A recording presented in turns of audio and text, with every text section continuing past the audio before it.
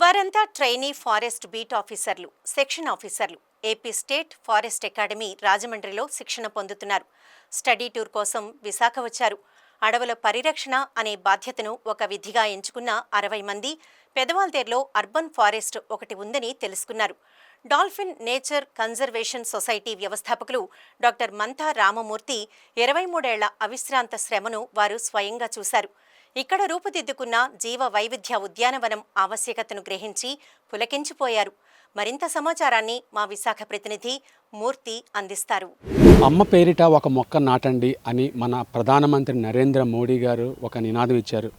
కానీ పచ్చదనం ఆవశ్యకతను ముందే తెలుసుకున్న విశాఖలోని బయోడైవర్సిటీ పార్క్ 23 ఏళ్లుగా ఇక్కడ వివిధ రకాల చెట్లను పెంచి జీవ వైవిధ్యాన్ని ఉట్టిపడేలా చేస్తోంది. ప్రస్తుతం అటవీ శాఖకు సంబంధించిన సిబ్బంది ఈ బయోడైవర్సిటీ పార్క్ను తిలకించి ఎంతో ఆనందం వ్యక్తం చేస్తున్నారు. ఫారెస్ట్ శాఖకు సంబంధించిన ఉన్నతాధికారులు, డిప్యూటీ డైరెక్టర్లు ఇద్దరు ప్రస్తుతం మనతో ఉన్నారు.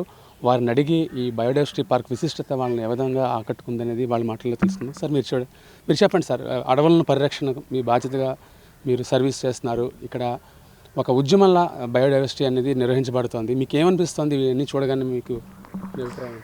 ఎస్, మేము AP state forest academy Rajamahendravaram నుంచి 56 మంది ఎఫ్ఎస్ఓ అండ్ ఎఫ్బిఓ ట్రైనింగ్స్తో పాటుకు ఇక్కడ చూడడానికి వచ్చాం. ఇది 5 రోజుల ట్రైనింగ్ ప్రోగ్రాంలో రకరకాల విషయాలు వీళ్ళందరికీ నేర్పిద్దామనే ఉద్దేశంతో ఇక్కడ రావడం జరిగింది. అందులో రాణి చంద్రమతిదేవి హాస్పిటల్ ప్రాంగణంలో ఉన్నటువంటి బయోడైవర్సిటీ పార్కుకి చాలా విశిష్టత ఉంది. ఇక్కడ అన్ని రకాల ఎకో సిస్టమ్స్ కూడా ఉన్నాయి. ఇక్కడ అన్ని రకాల సిస్టమ్స్ ఉన్నాయి. అందులో డాక్టర్ రామమూర్తి గారు ఎంతో శ్రమ కూర్చి ఎక్కడెక్కడి నుంచో రకరకాల మొక్కల్ని తీసుకొచ్చి డెవలప్ చేస్తున్నారు. కాబట్టి వీటిని కూడా చూడాలి అనే తపనతో మేము చూసాము. ఇక్కడ అన్ని రకాల వెరైటీ ఆఫ్ ప్లాంట్స్ ఉన్నాయి. ఇక్కడ ఇందులో మెడిసినల్ వింగ్ వేరుగా ఉంది, డిజర్ట్ సిస్టమ్ ఒకటి ఉంది, ఆక్వా సిస్టమ్ ఉంది, అలా రకరకాల సిస్టమ్, టెరిస్ట్రియల్ సిస్టమ్, అన్ని రకాల సిస్టంలో ఉన్నటువంటి ప్లాంట్స్ అన్నిటిని కూడా అతను రేట్ చేసి పెట్టారు. సో ఇదంతా మా ట్రైనీస్కి చాలా ఉపయోగపడుతుంది. ఇది ఫ్యూచర్లో కూడా మిగతా జనావాసంలో ఉన్న ప్రజలందరూ కూడా ఇది చూసి తెలుసుకోవాల్సిన విషయం. ఇది చాలా ఉపయోగపడుతుంది అందరికి కూడా. ఇది వైజాగ్లో ఇలాంటి పార్క్ ఉండడం విశాఖపట్నం ప్రాంత ప్రజలకి మరియు ఈ రాష్ట్రంలో ఉన్న మిగతా ప్రాంత ప్రజలు కూడా ఇక్కడ వస్తే చూస్తే వాళ్ళకి ఏవైనా విషయాలు తెలుసుకోవాలన్నా, మొక్కల తాలూకు విశిష్టత తెలుసుకోవాలన్నా, వాటి తాలూకా క్యారెక్టర్స్ తెలుసుకోవాలన్నా, ఎక్కడెక్కడ పెరుగుతాయి వాటి విశేషాలన్నీ కూడా ఇక్కడ చూసి డాక్టర్ రామమూర్తి గారిని అడిగి తెలుసుకోవచ్చు కూడా. ఇక్కడ మంచి ఇన్ఫర్మేషన్ ఉంది నాలెడ్జ్ గెయిన్ చేయడానికి. సో అందరికి కూడా డిపార్ట్మెంట్లో, మా ఫారెస్ట్ డిపార్ట్మెంట్లో ఉన్న ఆఫీసర్స్ అందరికీ ఇది ఉపయోగపడుతుంది. అదేవిధంగా విశాఖపట్నం మరి చుట్టుపక్కల ఉన్నటువంటి ప్రజలకు కూడా ఇది ఎంతో ఉపయోగకరంగా ఉంటుంది అనేది మా అభిప్రాయం. సార్, భవిష్యత్తులో అటవీ శాఖకు సంబంధించి ఒక స్టడీ టూర్ని ఏర్పాటు చేసే ఆలోచన ఏమన్నా మీలో? ఎస్, మేము అందులో ఒక భాగంగానే మేము ఇక్కడ రావడం జరిగింది. ఫస్ట్ టైం రావడం జరిగింది ఇక్కడ పార్క్కి. ఇక్కడ బయోడైవర్సిటీ పార్క్ ఒకటి విశాఖపట్నంలో ఉంది అని అక్కడ చూస్తే గూగుల్లో తెలిస్తే మా డైరెక్టర్ గారు డిసైడ్ చేసి సెలెక్ట్ చేసి పార్క్ని ఇన్స్పెక్ట్ చేయండి, మన ట్రైనీస్ అందరికీ చెప్పండి. ఇక్కడ రకరకాల ప్లాంట్స్ ఉన్నాయి. ఇక్కడ మొత్తం రాష్ట్రంలో ఉన్న మొక్కలన్నింటినీ సేకరించి ఇక్కడ రేట్ చేయడం జరిగింది. అది డాక్టర్ రామమూర్తి గారు, ప్రొఫెసర్ గారు ఆయన ప్రోద్బలంతో జరిగింది తెలిసి చూసింది ఏమున్న విశేషతలు అని తెలుసుకోవడానికి వచ్చి మా ట్రైనీస్ అందరూ చూసి చాలా ఆనందపడుతున్నారు. చాలా ఇంకా ఒక్కరోజు దీనికి టైం చాలదు, కొద్ది టైం సరిపడుతుంది. మరి దీనికి పూర్తిగా కేటాయిస్తే ఉదయం దీనికి ఒక 10 అవర్స్ 10 to 12 అవర్స్ కేటాయిస్తే కానీ ఇందులో నాలెడ్జ్ని మొత్తం గెయిన్ చేయడం సాధ్యం కాదు. చాలా ఇంపార్టెంట్ స్పీసీస్ ఉన్నాయి ఇందులో. వాటిని చూసుకోవాల్సిన అవసరం ఉంది, తెలుసుకోవాల్సిన అవసరం కూడా ప్రజలకు ఉంది. ఇది కూడా విశాఖపట్నంలో ఉన్న ప్రజలకి, స్టూడెంట్స్కి కూడా చెప్తే బాగుంటుంది. మిగతా ఇది 10th క్లాస్ స్టూడెంట్స్, ఇంటర్మీడియట్ స్టూడెంట్స్కి, డిగ్రీ స్టూడెంట్స్ కూడా చెప్తే వాళ్ళు కూడా తెలుసుకుంటారని మేము ఆశిస్తున్నాం. వాళ్ళు కూడా తెలియాలి, వైడ్ పబ్లిసిటీ ద్వారా ఇది తెలిసేటట్టు చూస్తారని అనుకుంటున్నాం. డైరెక్టర్ శాంతి స్వరూప్ గారు కూడా ప్రస్తుతం అంటున్నారు. సార్, అసలు మొక్కలు పెరగడానికి అనుకూలమైన పరిస్థితులు అయితే భూమండలం మీద కనిపించడం లేదు. అర్బన్ ఏరియాలో ముఖ్యంగా ఇంత పెద్ద వనాన్ని అభివృద్ధి చేశారు. మీకు ఏమనిపిస్తుంది? అటవీ శాఖ తరపున మీరేం చెప్పారు? అంటే యాక్చువల్లీ డిఫరెంట్ స్పీసీస్ని ఇక్కడ డెవలప్ చేయడం అంటే నాట్ సో ఈజీ. బయట ఎక్కడో ఒక వాతావరణానికి, ఒక క్లైమేట్కి, ఒక ఏరియాకి, ఒక సాయిల్కి కొన్ని స్పీసీసే వస్తాయి. కానీ అన్ని స్పీసీస్ రావాలంటే ఆ వాతావరణం కల్పించి ఆ వాతావరణానికి సరిపడగా ఉన్న వాటి గురించి 100% స్టడీ చేస్తే తప్ప, వాటి ఎనాటమీని స్టడీస్ చేస్తే తప్ప అతను వాటిని బతికించడం చాలా కష్టం. అసలు ఎక్కడ చూడని స్పీసీస్ అన్నీ ఇక్కడ ఉన్నాయి. రాజవనంలో ఈవెన్ సింహాచలంలో ఉన్నాయి కానీ అవన్నీ ఫుల్ ప్లెడ్జ్డ్గా లేవు. ఇక్కడ అన్నీ ఫుల్ ప్లెడ్జ్డ్గా ఉన్నాయి. ఈవెన్ అదేవిధంగా క్యాక్టస్ మేము ఈవెన్ యుఎస్లో అరిజోనా కూడా మేము వెళ్ళాము. అక్కడ కొన్ని స్పీసెస్ చూసాం. ఇక్కడ ఉన్న స్పీసెస్ కూడా అక్కడ లేవు. అరిజోనా క్యాక్టస్కి ఫేమస్ యాక్చువల్లీ. అలాంటి స్పీసెస్ ఇక్కడ ఉన్నాయి. ఒక్కొక్క స్పీసెస్ కూడా నియర్ అబౌట్ వేల మీద ఉంటుంది దాని కాస్ట్ కూడా. అలాంటివి అతను గ్యాదర్ చేసి ఒక దగ్గర పెంచారు అంటే మెచ్చుకోవాల్సిన విషయం. ఈవెన్ ఇదే కాకుండా టెంబర్ స్పీసీస్, మెడిసినల్ ప్లాంట్స్, ఇంకా హెర్బ్స్, ఆ తర్వాత ఆర్కిడ్స్, ఇవన్నీ చూస్తుంటే అతని ఇంట్రెస్ట్. ఇలాగ ప్రతి ఒక్కరు కూడా ఎంటీ సైట్లు కొనేస్తున్నారు చాలామంది, ల్యాండ్స్ కొంటున్నారు, ఇవన్నీ ఖాళీగా వదిలేస్తున్నారు.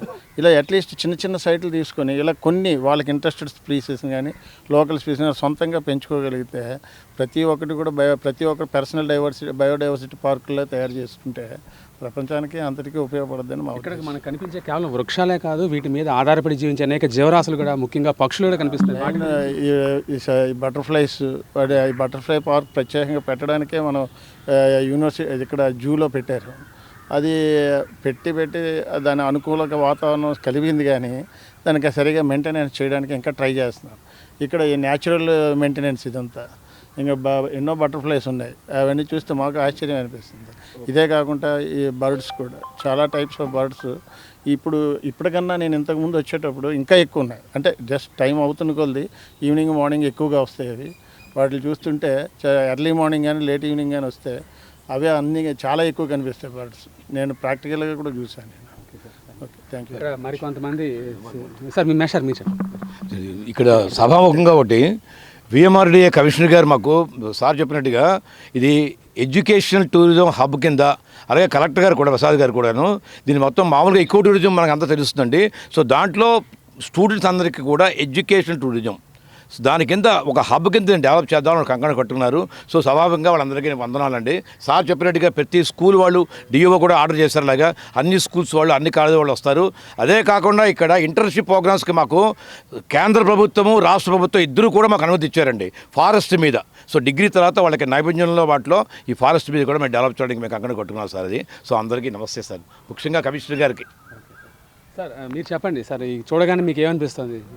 సార్ ఇక్కడ రాణి చంద్రమతి దేవి హాస్పిటల్ ఆవరణంలో ముఖ్యంగా ఈ వాతావరణం అంతా మేము చూసిన తర్వాత ఎక్కడెక్కడో బ్రతకాల్సిన మొక్కలన్నీ కూడా ఈ ఆవరణంలో బ్రతుకుతున్నాయని మేము తెలుసుకున్నాము. ముఖ్యంగా మేము అనంతపూర్ జిల్లా అనంతపూర్ జిల్లా నుంచి మేము ఏపీ ఫారెస్ట్ అకాడమీలో ట్రైనింగ్ పొందడానికి ఇక్కడికి వచ్చాము. ఇటువంటి సువర్ణ అవకాశం అంటే ఇన్ని వేల మొక్కలు, ఇన్ని ఔషధ గుణాలు కలిగినటువంటి, ఇన్ని అంటే దేవతా రహితమైనటువంటి మొక్కలు కూడా మేము ఇక్కడ చూడడం జరిగింది. ఇక్కడ మాకు ఈ సదావకాశం కల్పించినటువంటి డైరెక్టర్ గారికి మాకు చాలా కృతజ్ఞతలు sir. Actually I'm feeling proud to be part of forest department. Why because అందరికీ ఇప్పుడు బయట సమాజంలో ఏదంటే మనం ఏం సంపాదించాము, పిల్లలకి ఏమి ఇస్తాము అని ఎక్స్పెక్ట్ చేస్తారు. ఆల్రెడీ కరోనా టైంలో చూసాము, ప్రతి ఒక్కరూ ఆక్సిజన్ సిలిండర్స్ కొనుక్కోవడం లాంటివి. సో మేము మా వంతుగా కొన్ని చెట్లు నాటడం కానీ, కన్జర్వ్ చేయడం కానీ చేయటం ద్వారా సమాజానికి అంటే డైరెక్ట్ కాకుండా ఇండైరెక్ట్గా ఎంతో యూజ్ ఇస్తున్నాము. ఏదైతే మనకి అందరికీ బతకడానికి తిండి, నిద్ర ఇవన్నిటికంటే ముఖ్యం గాలి అవసరం, అది కల్పించడంలో మేము ఇంపార్టెన్స్ రోల్ అయితే పే చేస్తున్నామండి. అందుకు I'm feel proud of you. Next ఈ బొటానికల్ గార్డెన్ ఏదైతే ఉందో ఐఎమ్ వెరీ సాటిస్ఫైడ్. ఎందుకంటే నాకు యాజ్ ఏ బాటనీ స్టూడెంట్ మొక్కలు పెంచడం అంటే చాలా ఇష్టం. ఒక మొక్కను పెంచాలంటే పెస్టులు కానీ, దానికి వచ్చే ఇది కానీ, దాని కండిషన్స్ కానీ అవన్నిటిని బ్యాలెన్స్ చేసుకుంటూ గార్డెన్ని తీసుకెళ్ళడం అనేది చాలా కష్టమైన పని. సార్ నిజంగా మనసు పెట్టి వర్క్ చేస్తున్నారు. చాలా హ్యాపీగా ఉంది ఇది చూసినందుకు. ముఖ్యంగా రాష్ట్రం నలుమూల నుంచి అటవీ శాఖలో పనిచేసే అనేక మంది సిబ్బంది అడవులను కాపాడుతున్నారో వాళ్ళందరూ ఇక్కడికి వచ్చారు. ఇక్కడ ఈ లివింగ్ ల్యాబొరేటరీగా కనిపిస్తున్న ఈ జీవ వైవిధ్య ఉద్యానవనాన్ని చూసి వాళ్ళంతా ఉప్పొంగిపోతున్న పరిస్థితి ఇక్కడ కనిపిస్తుంది. వీడియో జర్నలిస్ట్ కృష్ణతో Murthy, VBC on TV, Visakhapatnam.